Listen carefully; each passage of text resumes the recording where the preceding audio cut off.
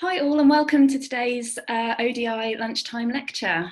So today we are going to hear from Tom Bartley from Barbel. Before we get going, just a reminder that we are recording this for our YouTube channel. So if you can please stay on mute and keep your cameras off, that would be great. If you can submit questions via the chat function, and then once Tom's finished, I will call on you to unmute and ask your question. If you'd prefer not to unmute, you can let me know and I can ask it for you. So without further ado, I will hand over to Tom to tell us about his project and how he's been working to make construction knowledge more discoverable. Brilliant, thank you, Deborah. Hopefully you can hear me, and I'll just start sharing my screen with you now. So, good afternoon, everyone. My name's Tom Bartley. I'm the co-founder and CEO of Barbel. We're a small company founded in 2018, based in Bristol. We primarily own a software platform for developing and maintaining technical documents like standards, but we also offer a professional service that we call our Knowledge Partners team, and we've been delighted to be working with the Construction Knowledge Task Group for the past 6 months or so on the development of a standard to help sharing of knowledge within the construction industry. The project I'm about to present has been funded via the ODI Stimulus Fund for Safety and Engineering that was funded by Lloyd's Register Foundation. We're really grateful for all the support that we've received, both from the program and obviously the funding aspect of it as well. To give you a small bit of background to the project, and particularly for those of you who aren't familiar with the construction industry, the construction industry is between 7 and 10% of GDP in the UK, and about 10% of total employment. £110 billion a year is spent on new build, refurbishment and maintenance.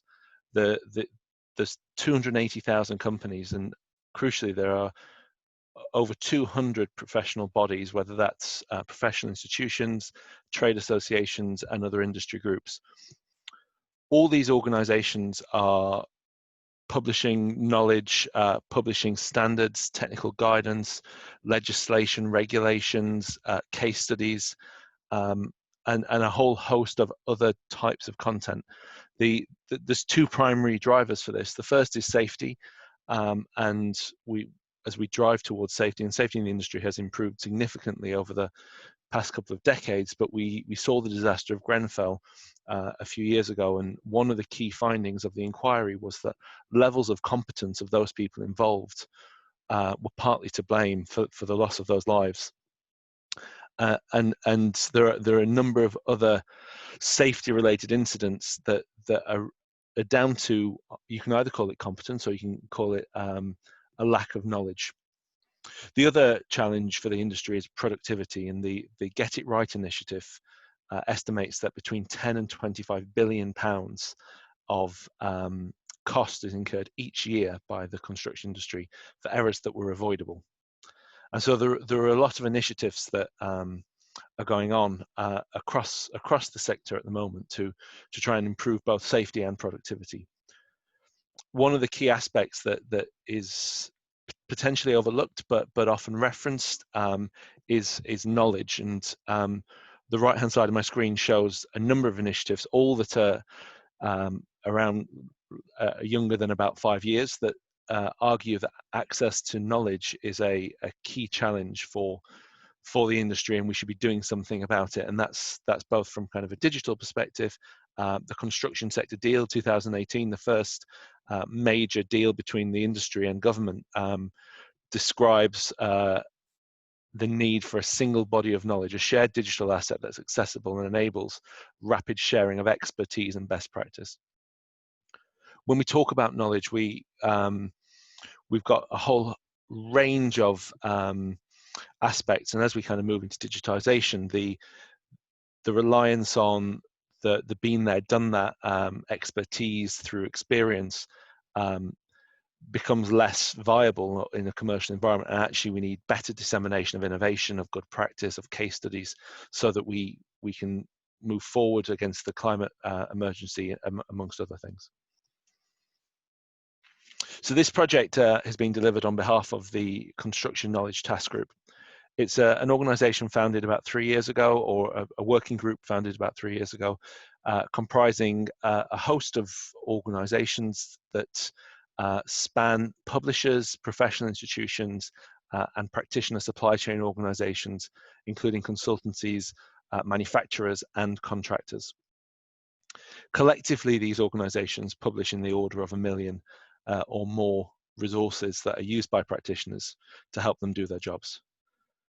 The mission of the group is to make it as easy as possible for practitioners and other industry stakeholders to find the right knowledge when it's needed, to access that knowledge, and to extract the maximum value from that knowledge.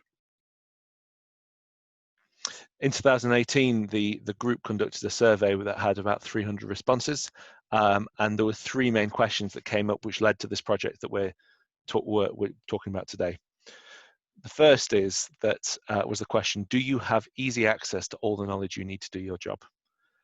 Only 38% of respondents said that no, they don't, which is phenomenal. So we're talking 1 million people in the construction industry not having access to the knowledge that they need to do their job.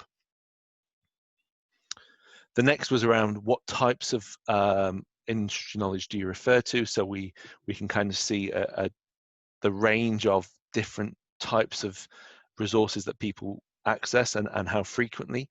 So technical and design guidance being the most common, but then we have standards and codes, we have legislation, regulations, policy, through to case studies and information relating to specific construction products and business management processes.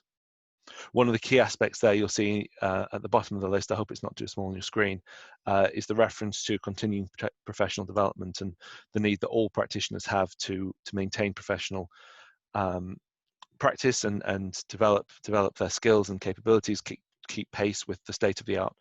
And that's a key theme throughout all the work that we've done through this project. The final aspect of the survey, which is probably most telling, is that this axis has, the y-axis is trust and the x-axis is popularity. So saying what resources are people accessing, popularity versus how trustworthy those resources are. And we can see that internet searches are the #1 source of information that or for knowledge for practitioners, but it's also the least trusted, where we have institutions and libraries and events that are organized, print subscriptions, digital subscriptions, which are all very, very trusted, but are used far less than the other types of resource. So the challenge comes: how do we make this this trustworthy resource available to practitioners? In 2019, the group set out a vision that talked through 3 levels for knowledge. They described that the current state of knowledge in the industry is that we digitize things. Things are available on the web in digital format, whether that's PDF or typically PDF, but also sometimes web pages. But that it's not searchable, it's not accessible, and it certainly isn't smart. And so they set out an ambition to develop an industry-wide standard for tagging construction knowledge, along with guidance supporting the adoption of the standard by knowledge producers. And that's where we are today. To talk a little bit about the approach that we've taken. So my company, Barbel, we've developed a methodology that we call open consensus. We've developed standards for a range of professional communities in construction and in manufacturing. And we've based this open consensus model on agile software development approaches. And so there are 4 stages to the open consensus. The first is describing the world as we understand it today. So we describe the range of stakeholders that we have in the construction knowledge task group, from publishers, traditional publishers who commission works to be published and purchased on a transactional basis. We have knowledge professional bodies like the Institution of Civil Engineers, the Royal Institute of British Architects, CIBSE. There's a whole host of those where members pay to be a member of the organisation, and part of that subscription is that they get access to resources, so there isn't a direct value exchange between accessing the resource and the revenue streams, through to internal organizations. So we've spoken to consultants and contractors that have internal knowledge managers for an organization with several thousand people working there. How do they manage the knowledge within there? So we took a strong view on what does the world look like today? How are people currently operating? The next stage is to articulate the outcomes that we want. So how can we get a shared vision across all these people? What would the world look like if we solve the problem for everyone? And can we do that in a shared way so that we all get outcomes that are agreeable?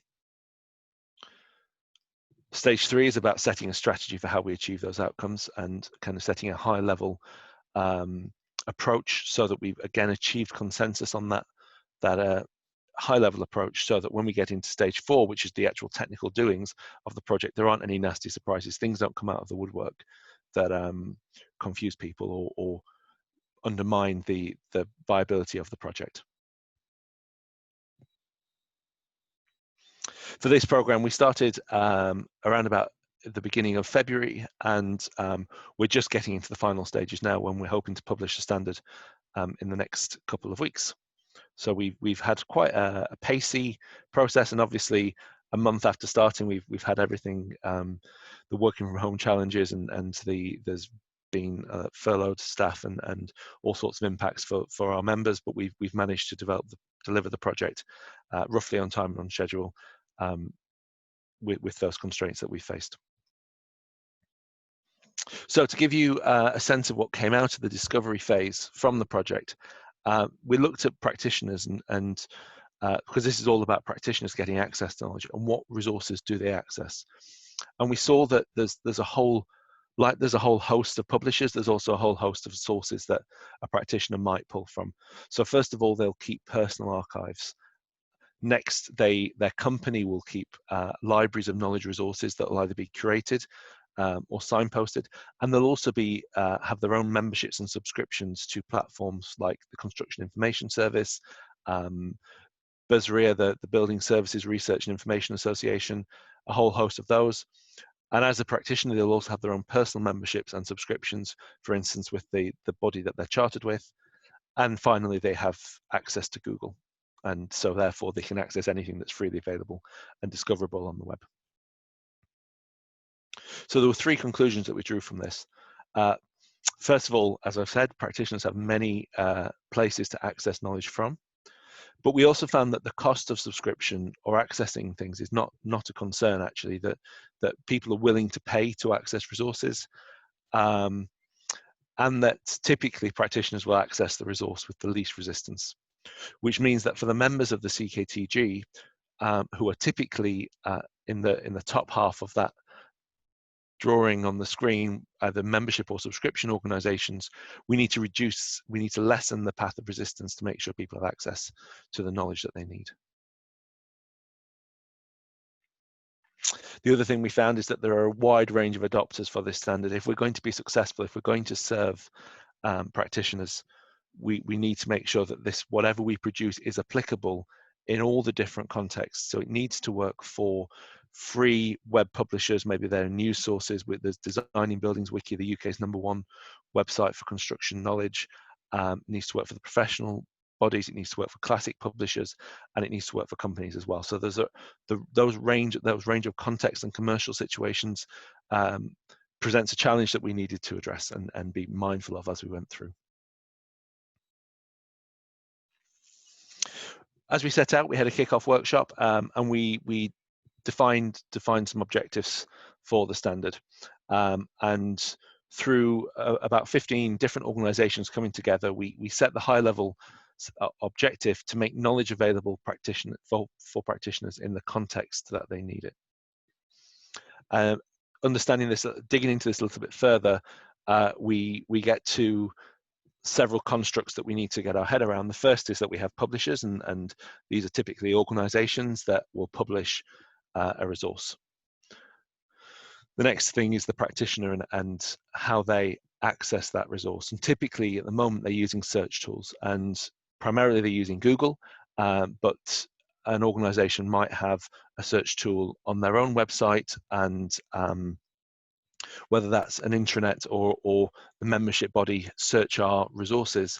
But what we don't have at the moment is a Google Scholar equivalent for construction knowledge. So something that is searching the net wide across organizations, other than Google, which is just a general purpose search engine.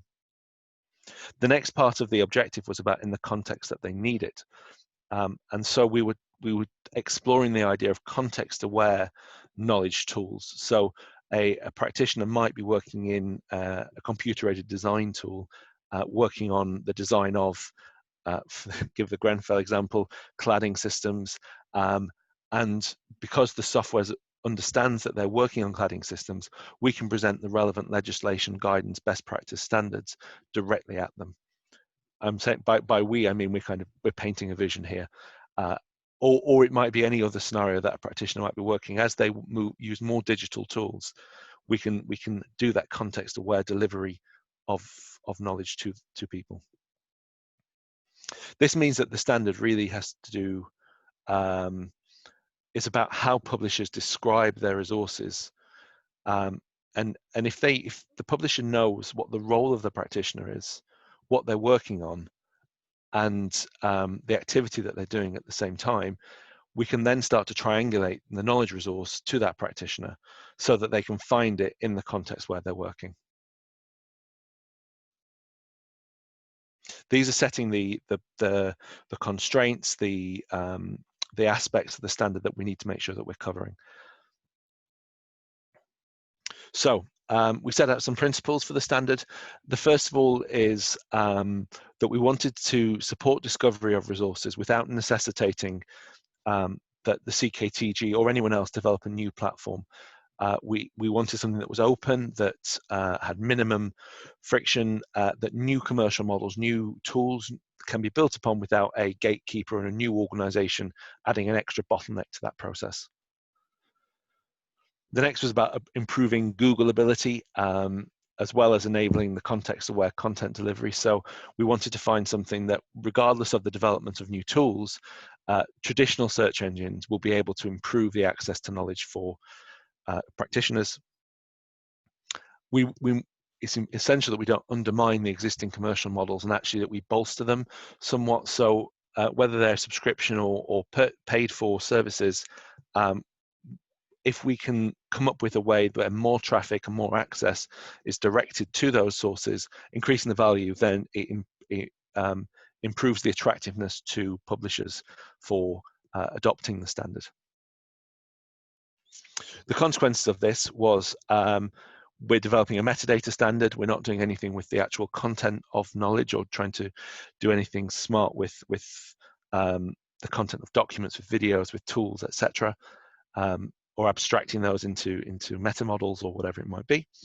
And we also want to leverage existing standards and dictionaries to reduce the friction or the level of learning that's required, and also support the integration of those context-aware tools. If we're using the same word to describe doors as the CAD system is, then it makes that triangulation much more possible.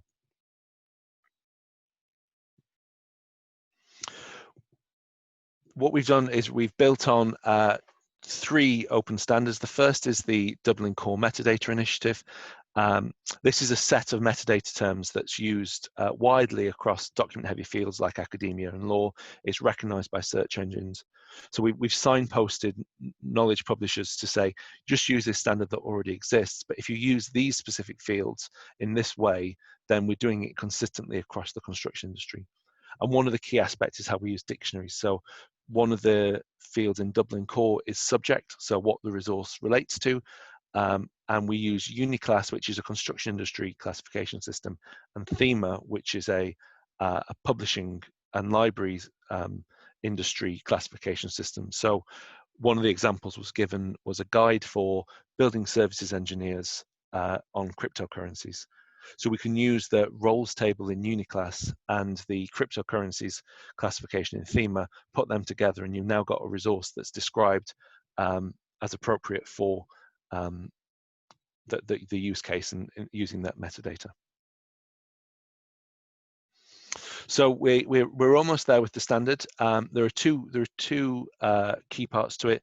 One is a set of metadata tags that can be used on web pages, and we're breaking those down by mandatory, recommended, and optional fields. The mandatory is the minimum amount of information for it to have any use whatsoever, and we've said if we know the name of the resource and where the practitioner can access it, there's an opportunity to signpost some content.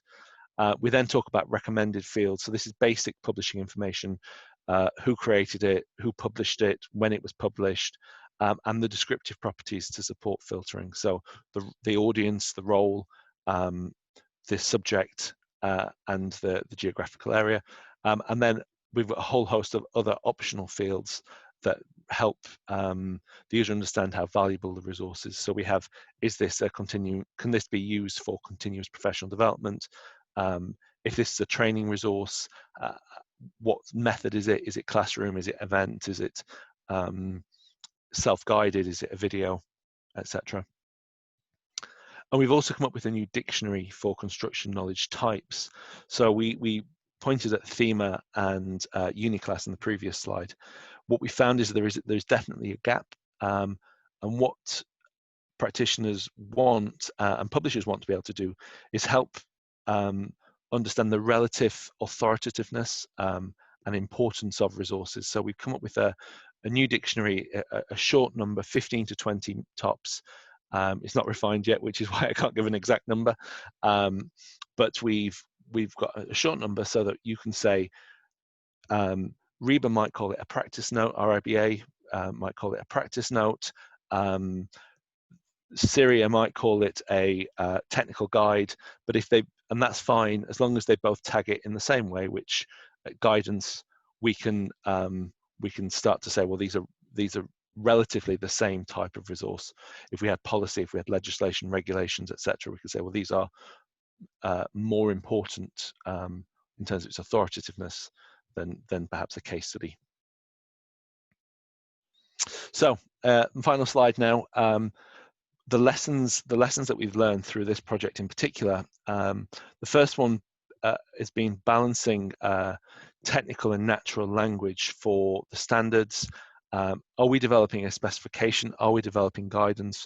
We've had to develop the members of the task group aren't technical people, they're not data people, and so trying to describe data standards that hopefully will work with RDF type technologies in the future, and are based on really linked data principles, but in a way that's natural for and intuitive for our stakeholders, has been a real challenge throughout. And we've come up with many points through the project of dealing with this tension, and frankly it's not fully resolved yet, but we're trying our best to try and navigate that specification versus guidance aspect. The next is probably an admission that sits a bit uncomfortably, but because we have such a wide range of stakeholders that would adopt this standard and different business models that they use, it means that few of them are entirely satisfied with what we've produced. It's either not detailed enough or it's too detailed. It's not precise enough or it's too precise. And it doesn't reflect the way that they think about the problem. And what we've tried to do is achieve consensus to find the mean level of understanding or viewing of the challenge. And the final bit which reflects this is we've not been able to do face-to-face discussions since the first kickoff workshop. And some of these technical challenges do just really benefit from post-it notes and from getting together and having a chat over coffee and the informal things that fall out. And whilst we've used Zoom workshops and we've used the breakout facilities in Zoom, and it has been very effective, I'd say it's only been about 80% effective, and we really could have done with some of that face-to-face discussion on some of those really technical nubby aspects. Great, so that's my presentation. Sorry that I've taken a little longer than I should have, but hopefully that was interesting to you, and I look forward to receiving any questions. Thanks so much, Tom. That was really interesting. So those of you that have just been listening to that, if you have any questions, you can put them in the chat function, and then I'll go through them and ask you to unmute to ask Tom your question. There's no questions in there so far, so I'll kick us off. What would be, if someone else told you they were going to attempt something similar to this, so whether it's a standard for another sector or with a different set of stakeholders, what would be the one piece of advice you'd give them, you know, from the benefit of your experience here? So I think that range of stakeholders is the important thing. So practitioners have been trying to, and by practitioners in this sense, I mean the publishers, have been trying to solve this problem for themselves for a while. So they've all approached it up to an extent and have come up with their own ways of dealing with it. There's a range of opinion about how much standardization is necessary to get these outcomes. And the more you can do to raise the diversity of opinion with each other so that they can see that there's a tension, and at least everyone's aware that there's a tension and a range of views, and everyone's view is as valid as each other's when they are professional publishers. The more likely you are to find an outcome that at least people can live with, and they accept the trade-offs that have been made. We've really struggled with this project in particular because we've not been able to get people together. That a lot of the traffic has come directly through ourselves, and that's meant that people haven't necessarily heard each other's voices in the way that we would have liked. Yeah, it's a difficult one. Yeah, all of us adapting to that online environment at a fast pace. Mm-hmm. No questions on the chat yet, so please do have a think and add them in. I have one more for you. Great. I was particularly interested in your open consensus approach, mm-hmm. and you mentioned some of the learning about it, obviously at the end there around not all of the stakeholders being entirely satisfied. But how did that approach go down in general with the stakeholders? Was it a new way of doing things for them? Did it feel uncomfortable? If you could tell us a bit about that, I'd be really interested to hear more. Sure. So one of the founding principles of Barbel is that we're trying to learn lessons from particularly digital sectors and apply them into traditional sectors. And the construction industry is heavily standardized. There's lots of guidance, there's lots of things. These are typically built behind closed walls or closed doors, and there's a committee that gets together of experts, and they're good at what they do, but they'll come to decisions. And what will be the result of a process is something that gets published and it gets mandated, and then people just have to live with it. And so the inspiration behind open consensus is how can we draw more people into the standardization process, both so that we get more diversity at the table, so we get more views and we get something that's more universally applicable and acceptable, but also that the transparency aspects of being open are given. So we've published absolutely everything we produced in terms of minutes, notes, the recordings of every meeting. And actually it's landed really well. And I think the result is that we've been able to do this project in 5 months, despite COVID, whereas metadata projects, these kind of standardizations can take years, decades even. And because we've gone through these 4 stages of saying, well, let's describe everyone's world today. We've used user stories to describe the different types of stakeholders, with the different needs, the different wants, and we've used these to really surface the assumptions. And we've got some members of the working group on the call now, so it'd be interesting to maybe hit the counter to that. But because we've gone through this kind of radical transparency as we've developed the standard, we think we've got to outcomes much more sooner and achieved much better consensus than we would have done had we not followed this approach. Thanks, Tom. That sounds like a really powerful approach. A lot of learning for us all there, I think. Okay, well, I'll just give everyone a chance. We've got one question through. Stuart Chalmers, did you want to unmute and ask your question directly? Sure. Yeah, I was just, I've been part of the Construction Knowledge Task Group, and I think what Tom and his team have done is great. I was just wondering if you got an idea of any specific examples or specific case studies you think it might be applicable on to show like a good proof of concept. So we've got a number of the members that are looking to adopt it already. BISRIA are putting the business case together at the moment. Design and Buildings Wiki are really keen. Construction Information Service and RIBA are all looking to adopt it. What we want to produce, so there's two challenges, I think. One is about implementations of the standards. So we've come up with which I didn't mention in the presentation, perhaps shouldn't, a prototype indexing tool. So we built a basic web scraper that will go and find the metadata and pull it into an index if someone wanted to list their site with us. That's just a basic Airtable. But then the other aspect is the kind of the adoption and the proof and the value of the tools. The guidance that we're developing at the moment around how do you go about doing this. So BISRIA, for instance, have 90,000 resources in their library. They're not going to be able to retrospectively tag all those resources with their subject, with their knowledge type, with their audience, etc. So what kind of strategies and plans for how do you actually do this in practice when you've got such a huge library of resources? That's where we're really going to be with Case Study Stuart to kind of help people transition to this standard in a structured way. And why we've said the only mandatory thing is what's its name and where is it, whether that's a web location or a physical location in the library. And from there we can start to build up a richer data set. Sounds great. Brilliant.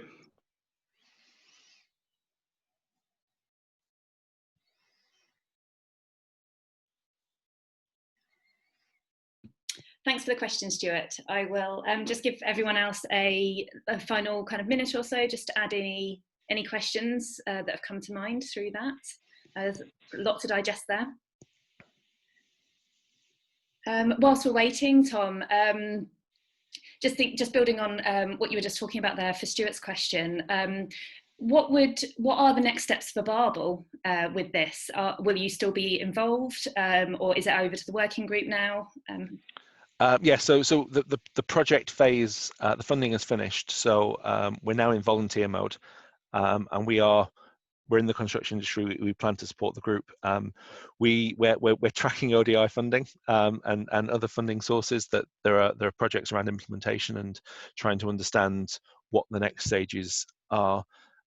Once we get the guidance and the standard published, we will start. We've already started an adoption tracker, so we can see where the members of the working group are in terms of intent, in terms of where they are in that.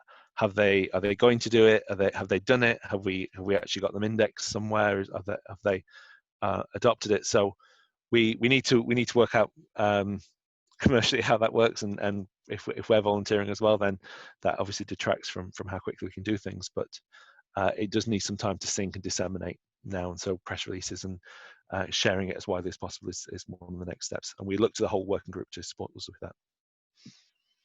Sure, thanks, Tom. We have a question from Nick. Nick, did you want to unmute and ask your question? Yeah. Hi, Tom. Hi, Nick. I just thought that other people on the call would probably like to know what the scope was for construction knowledge. Was there anything that was actually outside of, defined as being outside of the scope of the project? So there were three concepts that we explored as like boundaries to construction knowledge. So the first is project information. So that's information that's developed or resources that are produced in order to deliver some work, some physical work, whether that's at any stage through planning, design, construction, maintenance, etc. We said that's not construction knowledge, though it may become exemplar, case study, etc. The other is around product data and actually kind of the data aspects of it. The definition we gave was a resource that helps the practitioner do their job.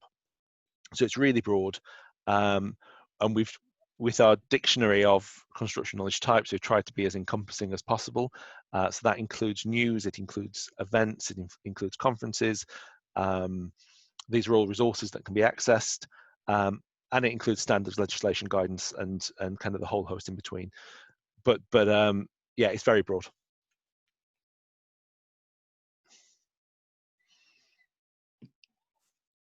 Thanks for that question, Nick.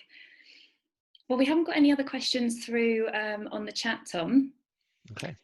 Was there anything else you wanted to make sure you mentioned today before we wrap up?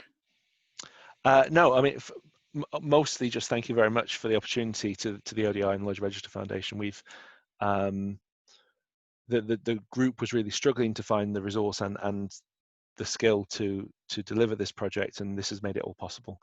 We've really advanced. The impact of this project is going to be immeasurable when it gets implemented. So just thank you. Fantastic. What a positive note to end on. Thanks, Tom. And thanks for a really interesting presentation. It's great to hear more about it. Thank you to everyone for joining us today. So just a reminder that we will put this up on the ODI YouTube channel as soon as possible, so that if you wanted to look over it or share it with colleagues or friends, then please do. And in the meantime, I'll just wish you a happy weekend.